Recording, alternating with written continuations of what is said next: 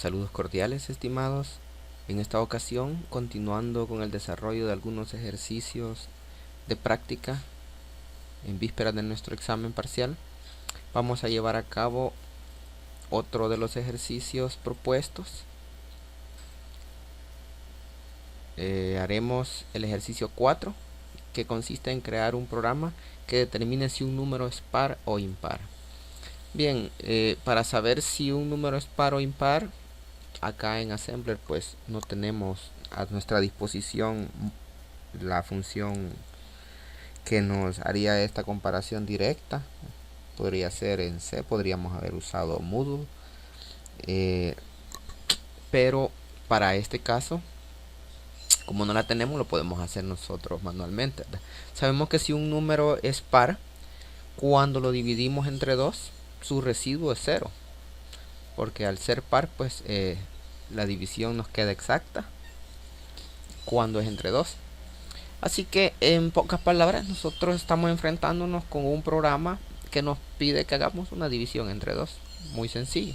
Y si la división, el resultado de la división en el residuo es 0, entonces es par. Y si no es 0, entonces es impar. Así de sencillo. Muy bien, veamos cómo sería esto a nivel de código. Acá tengo preparado el ejercicio y veámoslo. Las generalidades del ejercicio siempre, de qué trata, muy importante esto, el nombre y cómo lo vamos a ensamblar, lo vamos a ejecutar. Bien, un acercamiento por acá. Primeramente decimos el punto de entrada, va a ser la etiqueta main, y para este caso, como vamos a pedir el número desde la entrada estándar de nuestra computadora, el teclado, vamos a agregar el scanf, y como vamos a imprimir a nuestra salida estándar, que es la pantalla, el monitor, vamos a utilizar printf. Muy bien, en nuestra sección de datos declaramos un espacio de memoria, una variable, por así decirlo, que nos va a servir para guardar el valor que vamos a capturar, entero, ¿verdad? Y lo inicializamos como 0. Si creamos el espacio donde vamos a guardar el valor de la división, el cociente, y donde vamos a guardar el residuo. La verdad es que el cociente no necesitamos guardarlo para este ejercicio, pero lo dejamos ahí para tenerlo ordenado, ¿verdad? Para guardarlo. Así practicamos. Bien, los mensajes que vamos a imprimir. El primer mensaje que vamos a imprimir es para pedir el número. Así que vamos a imprimir el mensaje, pues, y va a quedar por ahí el espacio para pedir el número. Luego vamos a imprimir dos mensajes más. Uno si es par y otro si es impar.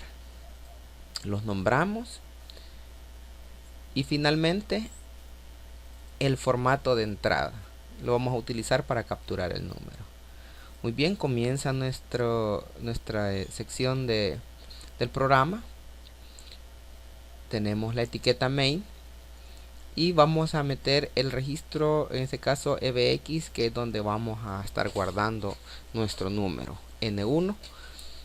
¿Por qué no usamos EAX? Pues resulta que EAX, cuando nosotros hacemos una división, ese registro lo utiliza la operación de la división. Así que tenemos que tener cuidado de que según las operaciones que vamos a hacer, los registros que vamos a ocupar no choquen, ¿verdad?, los valores, porque nosotros podríamos hacer una operación y no darnos cuenta que en algún momento esa operación cambió un valor de un registro y no nos percatamos de eso, pues, y hacer acá un debugging es un poquito más complicado. Pues al menos yo estoy desarrollándolo acá en Notepad Plus y no tiene una opción para hacerle una ejecución por paso, ¿verdad? Ahora bien, cuando ya insertamos a la pila nuestro registro, salvamos el registro EBX, metemos el primer mensaje a la pila y mandamos a llamar a la función de impresión. ¿Sí? Como el mensaje tenía un tamaño db, y este mensaje cuando es db, esta es una instrucción que ocupa, vean acá, el tamaño que ocupa es un bit. En teoría nosotros tendríamos que mover el stack pointer un bit, pero resulta que nosotros estamos haciendo operaciones a 32 bits, ¿sí? Entonces, para evitar algún problema al momento de que estamos moviendo ese puntero, tendríamos que mover por cada operación que hagamos, tendríamos que moverlo 4 bytes, ¿verdad? Para poder mantener la congruencia de nuestra pila. Ok, sigamos. Ahora insertamos, metemos el valor de n1, damos también insertamos el valor del formato de entrada y mandamos a llamar a la función para capturar nuestro número, ¿verdad? Desde el teclado. En esta ocasión, si lo ven, tenemos n1 que tiene 32 bits, o sea 4 bytes, y tenemos el formato de entrada que también tenía 32 bits o 4 bytes, según como lo declaramos acá arriba. Vamos a ver, formato de entrada dice que es un db. Bueno, db no es de 32, pero siempre, aunque no sea de 32, nosotros vamos a movernos los 32 bits, ¿verdad?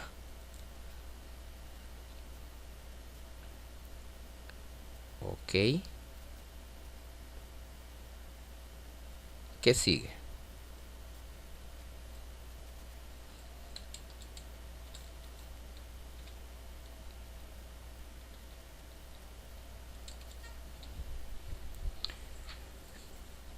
Nos movemos entonces con los 4 de N1, los 4 bytes de N1 y los del formato de entrada 8 bytes, ¿verdad? Eso es lo que nos movemos en nuestro stack pointer. Una vez que ejecutamos ya la función scanf, vamos a meter el valor de N1 a EBX. ¿Sí? Guardamos N1 en EBX y comenzamos nuestra operación. Como les decía, la operación es una división simple. Dividimos un valor entre 2, en este caso el número que se inserta lo vamos a dividir entre 2. Entonces, para poder hacer esa división, movemos el valor que vamos a operar. En este caso N1 lo habíamos metido a EBX, y para poder operar la división movemos el valor EBX a EAX, ¿sí? Preguntan ¿por qué vamos a mover EBX a EAX? Ok, yo les decía anteriormente que la división utiliza ciertos registros, en este caso EAX, para operar. Entonces el número que nosotros vamos a dividir, el valor que es el dividendo, lo vamos a mover a EAX. Por eso es que movemos EBX a EAX, ya que EBX tiene el valor de N1 por la operación que hicimos anteriormente, ¿sí? Una vez salvado el valor de EBX en EAX, vamos a mover a EBX el número 2, o sea, vamos a darle a EBX el valor de 2. ¿Por qué vamos a moverlo a EBX y no hacemos la operación de la división de un solo entre 2? Pues resulta que si nosotros mandamos un número no nos va a operar, porque hay restricciones. Hay que ir a ver cómo funciona esta operación y qué valores permite de entrada, cómo funcionan, ¿verdad? Pues por esa razón movemos 2 a EBX, asignamos ese valor de 2 a EBX. Bien, preparamos el registro EDX con extensión de signo en esta instrucción. Y ahora hacemos la operación, ¿verdad? Decimos idiv EBX. ¿Qué es lo que hace esto? Vean, acá puse una operación, ¿verdad? Eso es como que nosotros hayamos dicho que EAX va a ser igual a EAX entre 2, ¿sí? Les decía anteriormente que el registro EAX va a ser el dividendo y pues acá lo que le mandamos es el divisor, ¿verdad? En este caso sería 2. El cociente se va a almacenar en EAX y el residuo se va a almacenar en EDX. Ya estos registros están listos para esta operación. Funciona así siempre. Entonces, como nosotros sabemos que esos son los registros que guardan la división, tanto el cociente como el residuo, almacenamos, ¿verdad? EAX, que es el resultado del cociente, lo vamos a meter en Divi, y EDX lo vamos a guardar en el residuo. Realmente a nosotros solo nos importa el residuo. Eso es lo que nos está importando. Muy bien. Limpiamos EBX. Lo vamos a dejar con un valor de 0 para poder hacer una comparación. Decíamos que si el residuo es igual a 0, entonces el número es par. ¿Sí? Ok, entonces nosotros pasamos a la comparación. Pasamos a la comparación. Aquí vamos y decimos CMP EBX. Estamos comparando 0 con resi, que es lo que resultó del residuo de nuestra operación, de nuestra división. ¿Qué va a pasar? Si 0,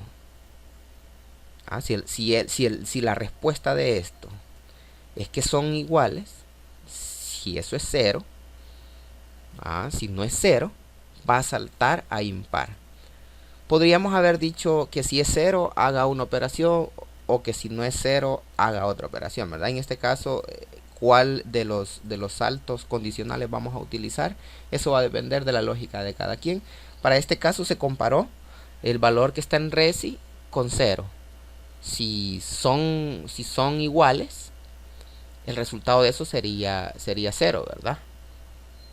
Y si no son iguales, pues entonces el resultado no sería 0. La condición de salto dice que si no es 0, salte a impar. Vean, entonces si no fuese 0, supongamos que metimos un valor 5, se divide 5 entre 2, pues nos daría una división de 2 como residuo, 2 como cociente y 1 como residuo. Haría una comparación. Si 0 es mayor o igual, hace la división ahí, hace la resta ahí para la comparación. Y si es el valor resultante es 0, pues simplemente omitiría este salto. Pero si no es 0, él va a saltar. ¿Va a saltar a dónde? Va a saltar a impar. ¿Qué es lo que va a pasar acá? Pues meteríamos a la pila nuestro mensaje, mandaríamos a llamar a la función de impresión con la instrucción call y pues agregaríamos, ¿verdad? Le subiríamos al stack pointer el tamaño de este mensaje que hemos puesto. Seguido de eso pasaría al final, la etiqueta final.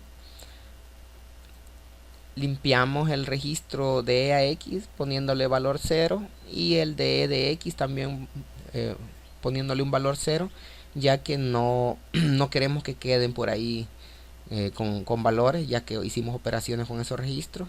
Y finalmente habíamos metido a la pila EBX, el registro EBX, pues lo sacamos y hacemos un retorno al programa. Bien, en la operación de comparación, si el resultado hubiese sido 0, al comparar, ¿qué es lo que hubiera pasado?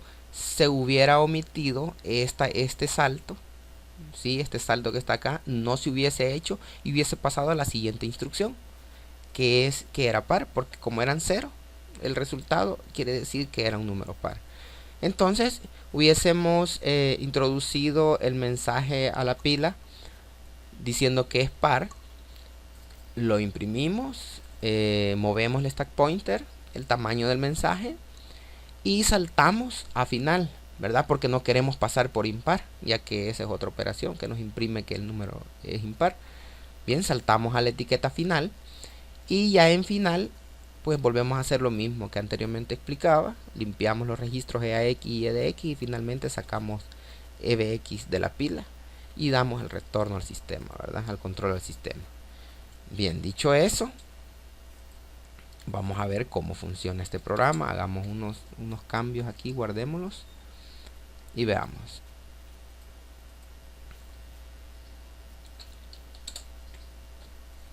Bien, compilamos NASM -F Win32 y nuestro programa se llama numeropar.asm. Vemos que no hay ningún error, al menos no de sintaxis. Ahora enlacemos esto, gcc numeropar.objeto, pasamos el archivo objeto y lo nombramos ahora el ejecutable como numeropar.exe. Vemos que se enlazó bien, ejecutémoslo. Bien, nos pide el número.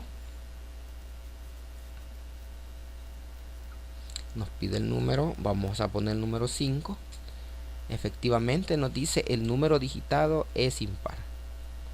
Ok, volvamos a ejecutar entonces el mismo programa.